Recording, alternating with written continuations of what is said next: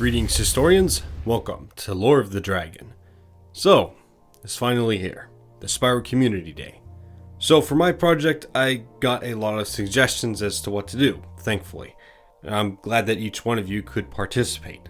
I will say though that there will be some that don't entirely fit into this video, things like spin-offs. While they won't be in this video due to its own nature, I do think that they were rather interesting. And to be honest, I might make a video about them as well. Either way, I'll throw up the names of who participated, whether or not it was a spin-off or an idea that's actually in the video.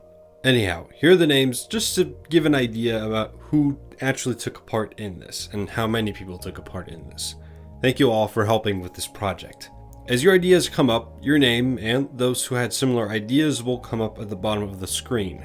Now, I'm going to say this is going to be part 1 of a series that will continue after the Spyro Community Day, as I didn't have time to write out the entire thing, as how I do this is actually by taking the points that you suggest and then making a story out of it. So again, I didn't really have time to make the entire series. So I split it up into something a bit smaller and something that I think will be rather bite-sized. But without further delay, let's get into the video. 1 year after the Year of the Dragon, the game would start out in the Dragon Realms. For the most part, Spyro and his friends would be enjoying a fine day in Dragon Shores, until suddenly, Elora came through a portal. Instinctively, Spyro and the others would get up to greet her, but they would be told that conflict had once again swept into Avalar. But whatever was causing it seemed to elude Elora for the time being. Of course, as every Spyro adventure would go, the purple dragon would follow Elora toward the danger, and a new adventure would be waiting. Heading through the super portal, Spyro, Sparx, Hunter, Bianca, and Elora would arrive in Winter Tundra, where they would see already strange things were happening to the surrounding area. Perhaps portals would be forming all over Avalar, letting in these new creatures. Perhaps what they would be is some sort of mimic. Perhaps something taking the form of the creatures from Spyro 2, but now somewhat changed, using new moves and abilities. In this first level, Winter Tundra, it'd be like most of the starting levels in a Spyro game. Many of the creatures you would face would run off at the sight of you. Meanwhile, there would be a few that presented more of a threat.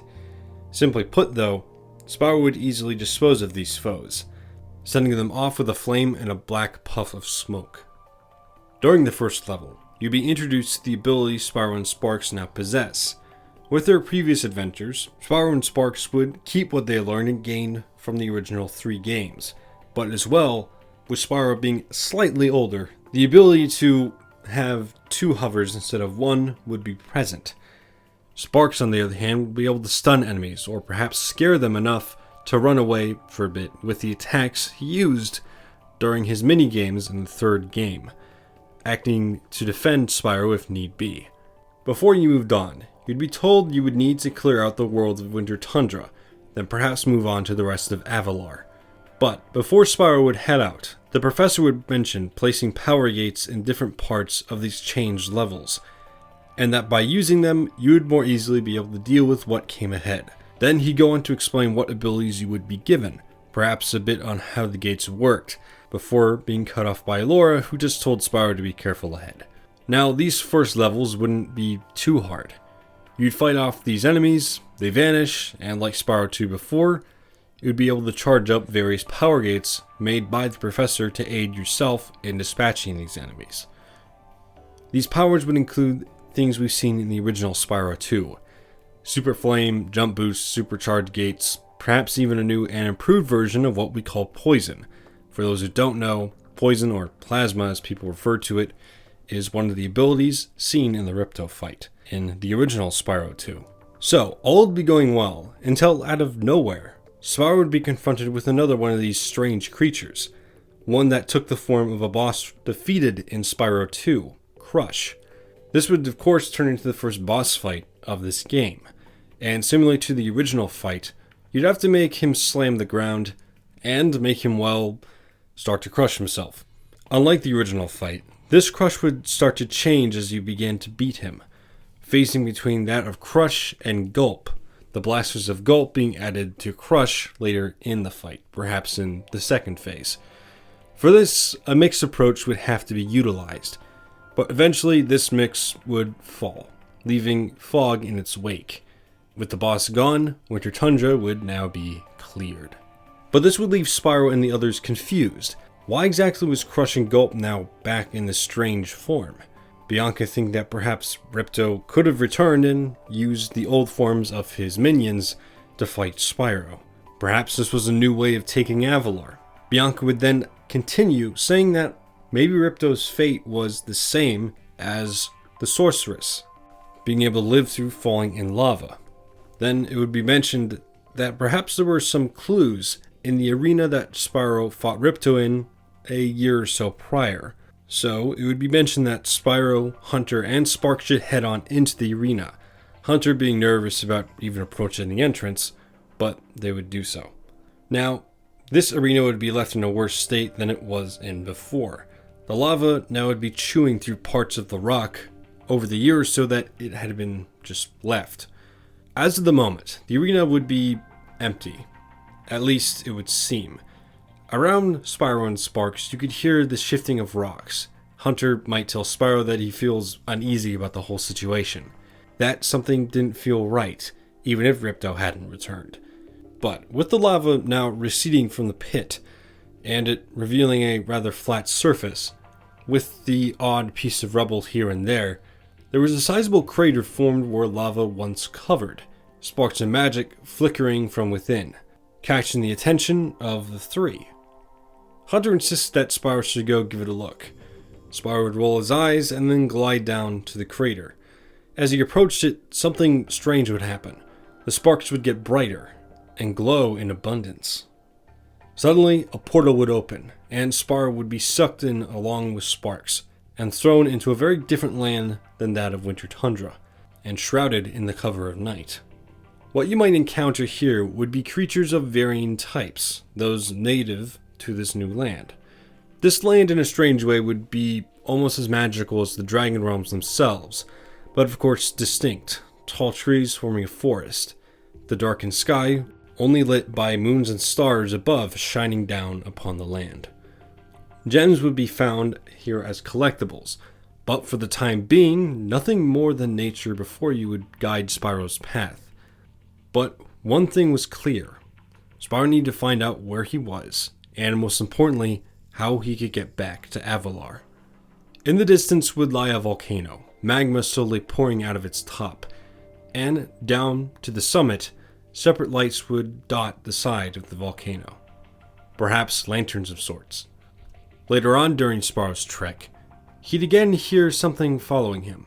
Whether it was what he heard back in Avalar or something else wasn't known to him. Further he would venture into the dark, until eventually he'd find a settlement of sorts, lanterns lighting the small buildings making up the town. As Spyro approached, he'd spot an adult dragon, someone new and strange to Spyro. This elder would see Spyro and, as well, approach him. Then, the older dragon would ask what the young dragon was doing out in the wilderness at such a time. Spyro responding respectfully that he had just been through a portal from Avalar, and that he needed to get back due to these strange figures attacking that land. Assuming that now he was back in the Dragon Realms, Spyro asked which way it was to the Super Portal. But simply put, the older dragon didn't understand most of what he meant. Spyro would mention something else, that he was looking for a sorcerer named Ripto, which was something the older dragon did understand. He mentioned that if he was looking for Ripto, he had come at the wrong time, since he actually hadn't been seen for the last year or so up to that point. But whatever he was trying to find Ripto for, he doubted that what the young dragon was describing was in Ripto's ability. This would lead to what I can describe as a mutual confusion. But despite that, the older dragon would introduce himself, and in turn Spyro would do the same.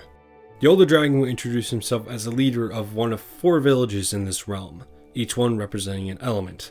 The one they were in would represent the element of fire, or would be called the Burning West, and this dragon would be known as Ignitus.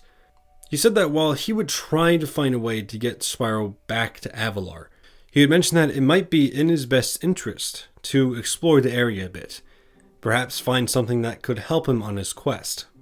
The larger fire dragon would say this with some urgency of his own, but before he left, Spyro would be asked where this portal was, and he'd mentioned that it was back in the forest. And so Ignitus would point Spyro in the direction of what he might need, leaving Ignitus back in the village. This would be the start of learning more advanced fire attacks, more focus on elemental abilities. Scrolls would be scattered around, a rather messy situation, but these different scrolls you would find could be used to learn new ways of using fire, perhaps a non-elemental move mixed in as well. With fire, you'd start to learn a sort of dash, similar to that of a charge attack, but rather something in the air. For a moment, Spyro would light a flame, speeding forward, and then crash into the ground, leaving a wake of fire where he landed. This could be used as a way to bash open up various chests inaccessible to that of a normal flame. Perhaps used as well to clear out enemies on ledges, or in large groups. But as usual, the attack might not be able to break through heavier metal armor. Around would be training dummies, perhaps something similar to that of the Legend of Spyro, and its own training dummies. And of course, a spare gem here and there. Some of the dummies would run from Spyro, some would attack, all of them being mobilized through the power of magic. Once done, Spyro would approach Ignitus. While Spyro would recount the experience he had just had, perhaps showing off some of his moves, Ignitus would say that the way back to Avalar was opened only for a short time, as fortunately they were able to get the portal open that Spyro had used to get to the Burning West. And with a quick thanks and goodbye, Spyro would travel through the portal, heading back to Avalar. And that's where I'm going to be cutting it off for this video. I imagine that some of you might have wanted a larger video for this, but given the time that I had, it wasn't exactly possible. Sorry if you wanted that.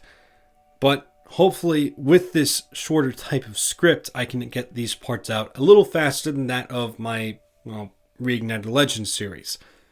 And hopefully we can get it finished up relatively soon. Anyway, that is going to be it for that.